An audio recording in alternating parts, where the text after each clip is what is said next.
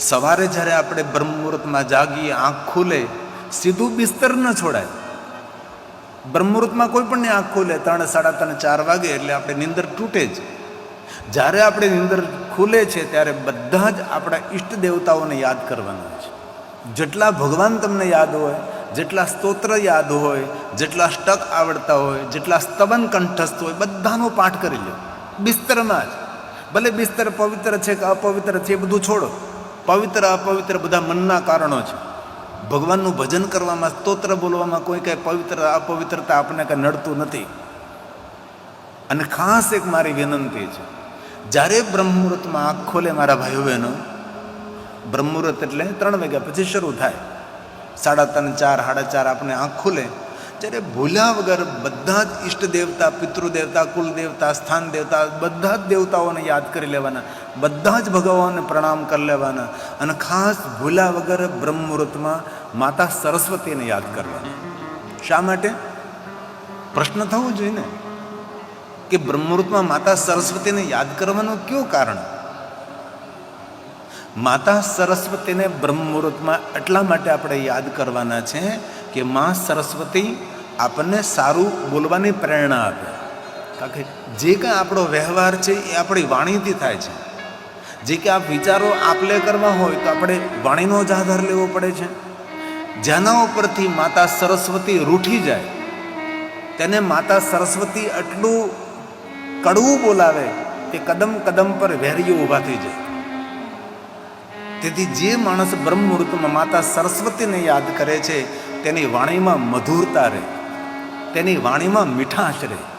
તેથી આજથી આપણે સૌએ આટલી મોટી સંખ્યામાં, આપણે આજે 1,00,000થી વધારે આપણે બેઠા છે, 1,00,000 ભાઈઓ બહેનોથી વધારે આપણા સૌની આજે ઉપસ્થિતિ છે.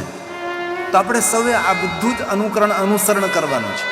જો દુનિયા સુધરે કે ન સુધરે એ બધું જવા દઈએ આપણે, પણ આપણી જીવનશૈલી સુધરી જાય ને તો આપણે તો સુખી થઈ જ જાય. આપણી પોતાની જીવનશૈલી સુધરે એના માટે ભગવાનની કથા છે. દુનિયા બદલે કે ન બદલે પણ આપણે આપણો વાણી, વ્યવહાર, આહાર બદલીએ એટલે આપણી પોતાની દુનિયા બદલી જાય, બધાથી જુદી આપણી દુનિયા થઈ જાય. અને મને ભરોસો છે આ કથા સાંભળ્યા પછી અનેક ભાઈઓ બહેનો પોતાના જીવન શૈલીને બદલશે, પોતાને જીવન જીવવાની રીતને બદલશે. તો આવતીકાલથી સવારમાં બ્રહ્મ મુહૂર્તમાં આંખ ખોલે માતા સરસ્વતીને ભૂલ્યા વગર યાદ કરજો. શા માટે? મીઠી વાણી બોલવાની પ્રેરણા આપે, સારું બોલવાની પ્રેરણા આપે, સારા શબ્દો આપે. શબ્દો ગોતવાનો જ આપણે, શબ્દો ફાફા ન મારવા પડે આપણે બોલવામાં. એવી સુંદર મધુર વાણી આપનારી માતા સરસ્વતી છે. તેથી સરસ્વતી આપણા પર કૃપા કરતી રહે તો આપણે મીઠું બોલીએ, સત્યસભર સારું બોલીએ તો ઘરમાં પણ પારાવાર પ્રેમ ઊભા થાય, સૌની સાથે મિત્રતા થાય, સૌની સાથે સ્નેહ થાય, સૌની સાથે આદર થાય. કારણ કે વાણીથી જ બધું થાય છે. તેથી જે માણસ બ્રહ્મ મુહૂર્તમાં માતા સરસ્વતીને યાદ કરે, અને ભગવાન સ્વયં મહાદેવજીએ સરસ્વતીના વચન આપ્યું છે, કારણ કે માતા સરસ્વતી મહાદેવના પરમ ભક્ત છે. તેથી મહાદેવે સરસ્વતીને જે કહ્યું કે સરસ્વતી, જે કોઈ તમને બ્રહ્મ મુહૂર્તમાં યાદ કરશે ને તેની વાણીમાં મધુરતા રહેશે, તેની વાણીમાં મીઠાશ રહેશે, તેના જીવનમાં કડવાશ નહીં આવે. અનુભવ તો કરજો, અખતરો કરજો, આમાં કોઈ ખતરો જ નથી. કાંઈ આ વસ્તુ અપનાવવામાં કોઈ ખતરો નથી. અખતરો કરો, વાણીમાં મીઠાશ આવશે, વાણીમાં પવિત્રતા આવશે, વાણીમાં પ્રેમ આવશે, અને સૌની સાથે ખૂબ મીઠા મીઠા સંબંધો બંધાશે. પાડોશીઓ, સગા સંબંધીઓ, મિત્ર, વળગુ વર્તુળ, આપણા કાર્યક્ષેત્રમાં જોડાયેલા બધા જ લોકો. અને દિન પ્રતિદિન આપણી ઉન્નતિ થશે, દિન પ્રતિદિન આપણી પ્રગતિ થશે, દિન પ્રતિદિન આપણને લોકચાહના મળશે, આપણને ભાવ મળશે, આપણને પ્રેમ મળશે.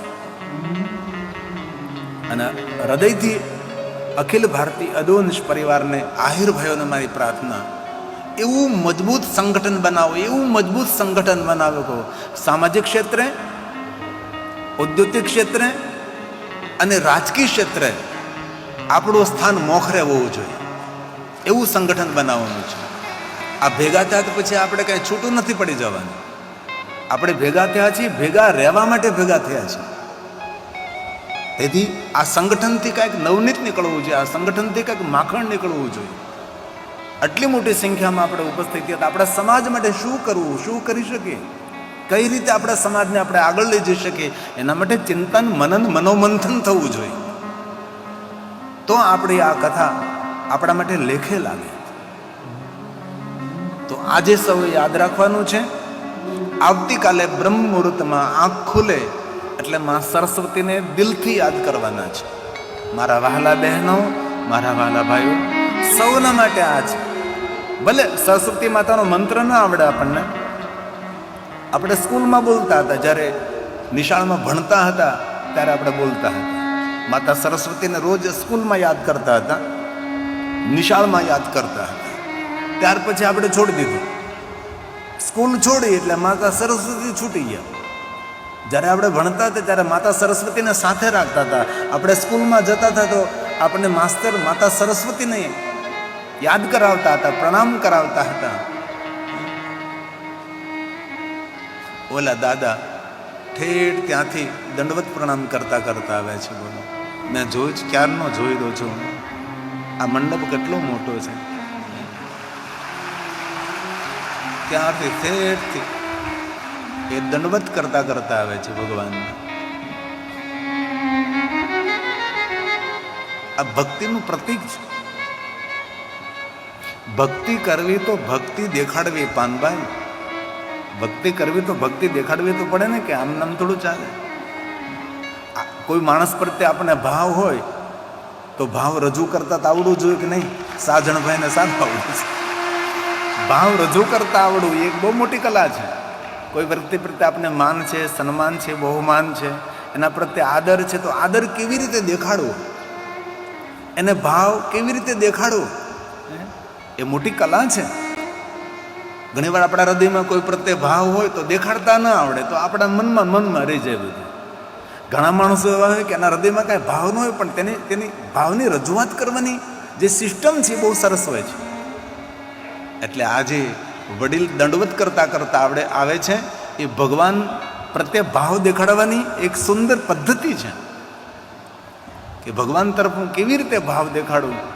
આપણે દેવાલય શિવાલય જાય તો પરિક્રમા કરીએ, પ્રણામ કરીએ, સાષ્ટાંગ પ્રણામ કરીએ, ભગવાનને કાંઈનું કાંઈ ધરીએ, અર્પણ કરીએ, પ્રભુને આગળ કાલાવાલા કરીએ, તાળીઓ પાડીએ, કીર્તન કરીએ, સ્તુતિ કરીએ, સ્તવન કરીએ, કેટલું બધું કરીએ. શા માટે?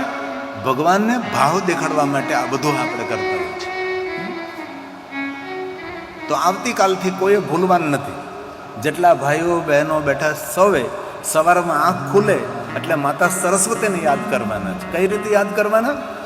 યા કુંદે તુષારહાર ધવલા યા શુભ્રવસ્ત્રાવૃતા. માતા સરસ્વતી શ્વેત વસ્ત્ર પહેરે છે. અને બીજી વાત કહું, મહાદેવના ભક્તો માટે શ્વેત વસ્ત્ર એ પ્રાધાન્ય છે. ત્યારે મહાદેવની વિશેષ પ્રકારે કોઈ સાધના કરવી હોય ને તો શ્વેત વસ્ત્ર એ શ્રેષ્ઠ છે. બીજી વાત, સોમવાર હોય ને ત્યારે શ્વેત વસ્ત્રો પહેરવા, શ્વેત પુષ્પોથી મહાદેવનું પૂજન કરવું, શ્વેત ચંદન મહાદેવને અર્પણ કરવું, શ્વેત ભસ્મ મહાદેવને અર્પણ કરવી, અને શ્વેત નૈવેદ્ય ભગવાનને અર્પણ કરવું. સફેદ, બધું સફેદ. સોમવાર શાંતિ આપનારો, સુમતિ આપનારો, સંપત્તિ આપનારો, સંતતિ આપનારો એ સોમવારનું બહુ જ મહાત્મય છે સોમવારનું. તેથી માતા સરસ્વતી મહાદેવના ભક્ત છે એટલે શ્વેત વસ્ત્રો પહેરે છે. શુભ્ર વસ્ત્રા મહાદેવના ભક્ત છે. દક્ષપુત્રી સતી જ્યારે મહાદેવનું તપ કરવા ગયા ત્યારે સતીએ પણ શ્વેત વસ્ત્રો ધારણ કર્યા હતા. મને ઘણા અમારા લોકો કહે કે તમારે કેસરી પહેરવું જોઈએ, કારણ કે હું 10 નામ ગિરિપુરી ભારતી ઉતારે શંકરની આરતી. અમને કહે કે તમારે કેસરી કેસરી, પણ શિવ મહાપણમાં કહ્યું મહાદેવના ભક્તોએ શ્વેત વસ્ત્રો પહેરવા, મહાદેવના ભક્તોએ સફેદ વસ્ત્રો, એટલે હું સફેદ પહેરું છું. બાકી તો અમારો ભગવો છે, અમારો સંન્યાસ છે, અમારો વૈરાગ્યનો અગ્નિ સમાન રંગ છે. તો માતા સરસ્વતી શ્વેત વસ્ત્રોનો ધારણ કરે, કારણ કે શિવના પરમ ભક્ત છે. તો આવતીકાલથી રોજ સવારમાં બ્રહ્મ મુહૂર્તમાં માતા સરસ્વતીને ભૂલ્યા વગર યાદ કરવાના છે. વાણીમાં મધુરતા આવશે, વાણીની કટુતા જતી રહેશે, વાણીની કડવાશ જતી રહેશે. યા કુંદેન્દુ તુષારહાર ધવલા યા શુભ્ર વસ્ત્રાવૃતા યા વીણા વરદંડ મંડિતકરા યા શ્વેત પદ્માસના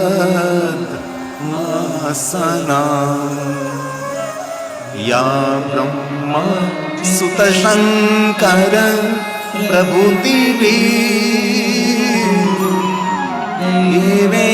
સદા વંદિતા. બ્રહ્મા વિષ્ણુ મહેશ જે માતા સરસ્વતીના ગુણગાન કરે છે, વિશ્વના દેવતાઓ જેમની વંદના કરે છે. શા માટે? માતા સરસ્વતીની વાણી મધુર છે. માતા સરસ્વતી સંગીતની દેવી છે, ગીતની દેવી છે, વાણીની દેવી છે, વાંગ દેવી છે માતા સરસ્વતી.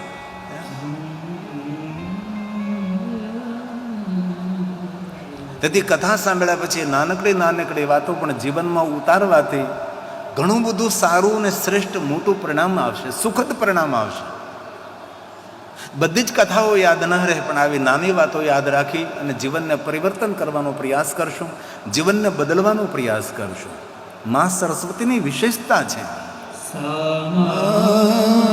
પાતુ સરસ્વતી ભગવતી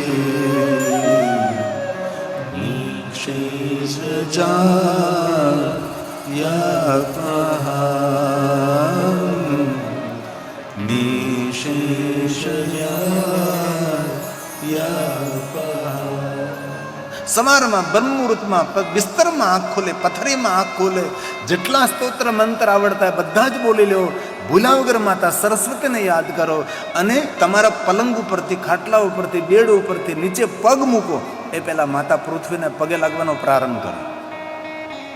બહુ દિલથી કહું છું, સવારમાં ધરતી ઉપર પગ મૂકે એ પહેલા માતા પૃથ્વીને જો પ્રણામ કરે તો આપણી રક્ષાની જવાબદારી માતા પૃથ્વીની બની જાય છે.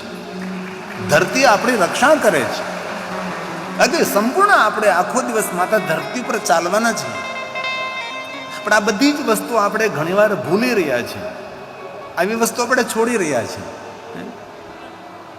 અમારા સ્વાધ્યાય પરિવારમાં સંકળાયેલા બધા જ સ્વાધ્યાયો આ વાતને બહુ અપનાવે સુંદર રીતે. માતા પૃથ્વીને પ્રણામ કરે, ધરતી માતાની વંદના કરે, કારણ કે માતા પૃથ્વી આપણને ધારણ કરે છે, માતા પૃથ્વી આપણી રક્ષા કરે છે.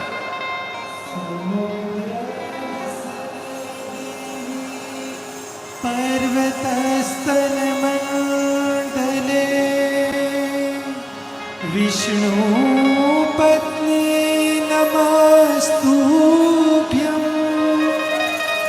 પાદ સ્પર્શં ક્ષમસ્વ મે પાદ સ્પર્શં ક્ષમસ્વ મે. એમાં પૃથ્વી હું પ્રણામ કરું છું, મારા ચરણને આપને સ્પર્શ કરાવું છું, મને ક્ષમા કરજો. આવી રીતે. અને ત્યાર પછી જલને જ્યારે આપણે સ્પર્શ કરીએ છીએ ત્યારે વિષ્ણુ ભગવાનને યાદ કરવાના છે, કારણ કે જલમાં વિષ્ણુ ભગવાનનો વાસ છે. જલ એ જીવન છે, જલ થકી સૃષ્ટિ છે. જ્યારે પણ જલને સ્પર્શ કરીએ વિષ્ણુ ભગવાનને યાદ કરીએ, જ્યારે પણ આપણે પાણી પીએ ત્યારે પણ વિષ્ણુ ભગવાનને યાદ કરીએ. નારમ યનસ્ય નારાયણ, વિષ્ણુ ભગવાન રહે છે. આપણે કોઈ પણ સંકલ્પ કરીએ જલથી કરીએ. ઋષિમુનિ શ્રાપ આપે જલથી આપે, પિતૃ તર્પણ કરીએ જલથી કરીએ. સંકલ્પ કે શ્રાપ બધું જલની અંદર, કારણ કે જલ આપણી ચેતનાઓને ગ્રહણ કરે છે. અને આપણે કેટલા ભાગ્યવાન છીએ કે સમંદર જલાશયના કિનારે આપણે ભગવાનની કથાનું ગાયન કરી રહ્યા છીએ.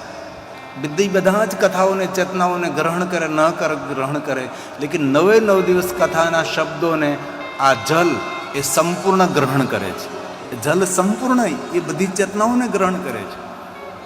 તેથી આસ્તિક નિયમ ધારણ કરવાનો છે. જ્યારે પાણી પીવો ત્યારે ભગવાન વિષ્ણુને યાદ કરવાના. અને બીજી વાત, ક્યારેય પણ પાણી થોડુંક પીને બીજું ફેંકવાનું નહીં. આપણા ભાગ્ય ફેંકાઈ જાય, આપણા ભાગ્ય બંધ થઈ જાય. ઘણા લોકોને આદત હોય છે ગ્લાસ ભરીને પાણી લઈ 2 ઘૂંટડા પીવો અને બાજી ફેંકી દે. નહીં, જીવનમાં દરિદ્રતા આવે, દુઃખ આવે. એ જલનો અનાદર છે. જેટલું પાણી પીવું એટલું જ લોટામાં ગ્લાસમાં લેવું જોઈએ. જે માણસ થોડુંક પાણી પીને બીજું પાણી ફેંકી દે છે તેને નિર્ધનતા, દરિદ્રતા આવે. જે માણસ જ્યાં ત્યાં થૂકતો રહે છે તેની કીર્તિ ખંડિત થાય. ઘણા લોકોને ચાલતા ચાલતા થૂક કરવાની આદત હોય. કોઈ મહાપુરુષ, કોઈ સાધુ પુરુષને, કોઈ વિદ્વાન પુરુષને તમે કોઈ દિવસ થૂકતા નહીં જુઓ. આ બધી નાની આદતો છે પણ જીવનમાં બહુ મોટું ફળ આપનારી છે. તેથી જ્યારે જલ પીવો ત્યારે વિષ્ણુ ભગવાનને યાદ કરો. કેશવાય નમઃ. ઓમ નારાયણાય નમઃ. ઓમ માધવાય નમઃ. આપણે જ્યારે ક્યારે પૂજામાં બેઠા હોય તો આચાર્ય દેવ આપણને હાથમાં પાણી આપે ને એમ કે 3 વાર ભગવાન વિષ્ણુને યાદ કરીને પાણી પી જાઓ. આ શા માટે? કારણ કે વિષ્ણુ ભગવાનને યાદ કરીને જલ પીવાથી આપણી બુદ્ધિ એ સતોગુણને પ્રાપ્ત કરે છે. કારણ કે ભગવાન વિષ્ણુ સતોગુણી છે. અને બીજું, આ બધી નાનકડી વાતો યાદ રાખજો. બાકી તો હું બોલી જાય ને તમે સાંભળી લીધું એમ નહીં. આ બધું અનુસરણ કરવાનું છે. કથા તો ભગવાનની છે જ, પણ આ બધી ભગવાનની આજ્ઞાઓ છે. પાણી પીવો ત્યારે ભગવાને વિષ્ણુજીનું સ્મરણ કરો. જ્યારે ભોજન કરો ત્યારે ભૂલથી પણ ભૂલવાનું નથી, માતા અન્નપૂર્ણાને યાદ કરવાના છે. કારણ કે અન્નની દાતા માતા અન્નપૂર્ણા છે. આપણા મોટા મોટા રસોડા હોય ને ત્યાં અન્નપૂર્ણાની સ્થાપના કરી હોય છે. માતા અન્નપૂર્ણાને અખંડ દીવો રાખે. કેટલી રસોઈ ગમે તેટલા માણસો જમે પણ એ અખૂટ રહે છે. તેથી જ્યારે ભોજન કરો ત્યારે માતા અન્નપૂર્ણાને યાદ કરીને જ ભોજન કરવાનું. અન્ન અખૂટ રાખનારી માતા અન્નપૂર્ણા છે. ભલે આપણે મંત્રો આ બધા ન આવડે તો સારું કહેવાય. ભણેલા ગણેલા દીકરા દીકરીઓ આ બધું કંઠસ્થ કરી શકે છે. પણ જો કંઠસ્થ ન થાય તો માતા અન્નપૂર્ણાને મનોમન યાદ કરવા. ખરેખર તો માતા અન્નપૂર્ણાનો મંત્ર બોલવો જોઈએ. ઓમ અન્નપૂર્ણે સદા પૂર્ણે. માતા અન્નપૂર્ણા અન્નની દેવી છે. અન્ન એ જીવન છે. અન્ન થકી પ્રાણ છે. ભોજન ન કરી તો કેવી રીતે પ્રાણ ટકી શકે? તેથી જ્યારે પણ ભોજન કરો ત્યારે આ નાનકડી વાત છે, પણ મારા ભાઈઓ બહેનોને મારી પ્રાર્થના છે, આ વાતને યાદ રાખજો. જીવનમાં ઘણું બધું તમને સારું દેખાશે, તેનું વળતર દેખાશે, તેના ફાયદાઓ દેખાશે. અત્યાર સુધી આ બધી ખબર નહીં, પણ જ્યાંથી આપણને ખબર પડે ને સમજાણું ત્યારથી આપણા જીવનનું પરિવર્તન થવું જોઈએ. તો નવું આવર્તન થાય, તો વર્તમાન મંગલમય બની જાય. તેથી જ્યારે પણ ભોજન કરો ત્યારે અન્નપૂર્ણે સદા પૂર્ણે શંકર પ્રાણવલ્લભે જ્ઞાન વૈરાગ્ય સિદ્ધર્થમ ભિક્ષા દેહી ચ પાર્વતી ભિક્ષા દેહી ચ પાર્વતી. તેથી ભોજન કરવા બેસો ત્યારે માતા અન્નપૂર્ણાને યાદ કરો. અને બીજી વાત, જ્યારે ભોજન કરો ત્યારે ભૂલા વગર ભગવાન ધન્વંતરીને યાદ કરવા. અન્ન એ ઔષધિ છે, અન્ન એ જીવન છે, અન્ન એ પ્રાણ છે. મોટામાં મોટી દુનિયાની ઔષધિ કઈ? તો કે જે તમે ભોજન કરો છો એ જ. અને જે ભોજન કરો છો એના પર જ આરોગ્ય છે. આરોગ્ય છે તો બધું છે, બધું છે પણ આરોગ્ય નથી તો કાંઈ નથી, કાંઈ નથી પણ આરોગ્ય છે તો બધું જ છે. આ દુનિયાનો સુખીમાં સુખી માણસ એ છે કે જેની પાસે આરોગ્ય છે. જેની પાસે તંદુરસ્તી છે. તો તંદુરસ્તી કોના પર નિર્ભર છે? ભોજન પર નિર્ભર છે, આહાર પર આરોગ્ય નિર્ભર છે. તેથી આહાર, અન્ન એ ઔષધિ છે. તો ઔષધિનો દેવતા કોણ? ભગવાન ધન્વંતરી છે. આપણે દિવાળી પહેલાં જે ધનતેરસ ઉજવીએ છીએ એ કંઈ ધનની પૂજા કરવાની તેરસ નથી. એ ધન્વંતરી ભગવાનની પૂજા કરવાનો દિવસ છે, આરોગ્ય ગ્રહણ કરવાનો દિવસ છે. આપણે ધનતેરસ એટલે ધનની પૂજા કરીએ, ધન ખરીદીએ ને સોનું ખરીદીએ એવું નથી. ધન્વંતરી ભગવાનની વિશેષ પ્રકારે પૂજા કરવી. આયુર્વેદિક ડૉક્ટરો હોય ને એ બધા ધન્વંતરીને દિવસે ધન્વંતરી યજ્ઞ કરે. ધન્વંતરી ભગવાનની વિશેષ પ્રકારે પૂજા કરે. આપણી જેટલી ઔષધિ છે દરેક ઔષધિનો દેવતા ભગવાન ધન્વંતરી છે. તેથી અન્ન એ ઔષધિ છે, અન્ન એ આપણું જીવન છે. અને જે ભોજન કરીએ છીએ જ આપણે છીએ. આપણે કેવું ભોજન કરીએ? સાત્વિક ભોજન કરીએ છીએ, રાજસી ભોજન કરીએ છીએ કે તામસી ભોજન કરીએ છીએ? જે ભોજન કરીએ એવી જ આપણી માનસિકતાઓ નિર્માણ થશે. તેથી આહારને બદલીએ તો વિચાર બદલે, વિચાર બદલે તો વાણી બદલે, વાણી બદલે તો વ્યવહાર બદલે, વ્યવહાર બદલે એટલે આપણી દુનિયા બદલી જાય. મૂળ તો ભોજન, મૂળ તો આહાર છે. તેથી જ્યારે ભોજન કરવા બેસો ત્યારે ભગવાન ધન્વંતરીને પણ યાદ કરવા. ભગવાન ધન્વંતરી કોણ છે? સાક્ષાત ભગવાન વિષ્ણુજીના સ્વરૂપ છે. એવા ભગવાન ધન્વંતરી છે. રોજ તેને પ્રણામ કરો, ભોજન કરતે સમય યાદ કરો. આપણા શાસ્ત્રોમાં બધું જ કહ્યું છે કેવી રીતે યાદ કરવા. ઓમ નમો ભગવતે મહાસુદર્શનાય. ભગવાન વિષ્ણુ જેવા છે. સુદર્શન ચક્રને ધારણ કરનાર છે ભગવાન ધન્વંતરી. રોજ યાદ કરો.